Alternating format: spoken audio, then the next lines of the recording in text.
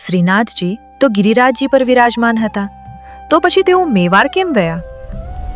કારણ કે ભગવાન ભક્તિના પ્રેમથી બંધાઈ જાય છે. મેવાડમાં એક રાજકુમારી હતા, અજબ કુમારી.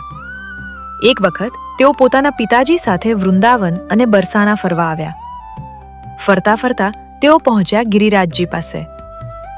જેમ જ તેમણે શ્રીનાથજીના દર્શન કર્યા, તેમનું હૃદય જાણે સ્થિર થઈ ગયું.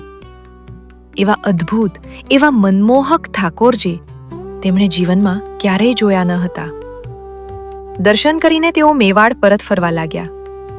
પણ જેમ જેમ મેવાડ તરફ આગળ વધતા ગયા, તેમ તેમ તેમને લાગવા લાગ્યું, મારું બધું તો અહીં જ રહી ગયું છે. તેમના અંતરમાં વિરહની અગ્નિ પ્રગટ થઈ ગઈ.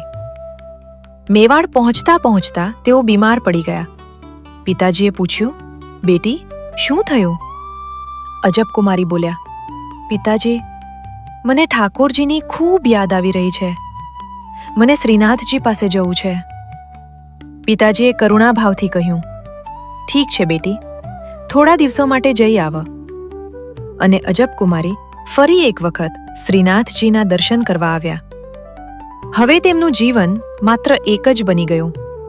દરેક ક્ષણ, દરેક પળ શ્રીનાથજી સામે ઊભા રહીને નિહાળતા રહેવું, આંખોમાંથી અશ્રુ વહેતા રહેવું.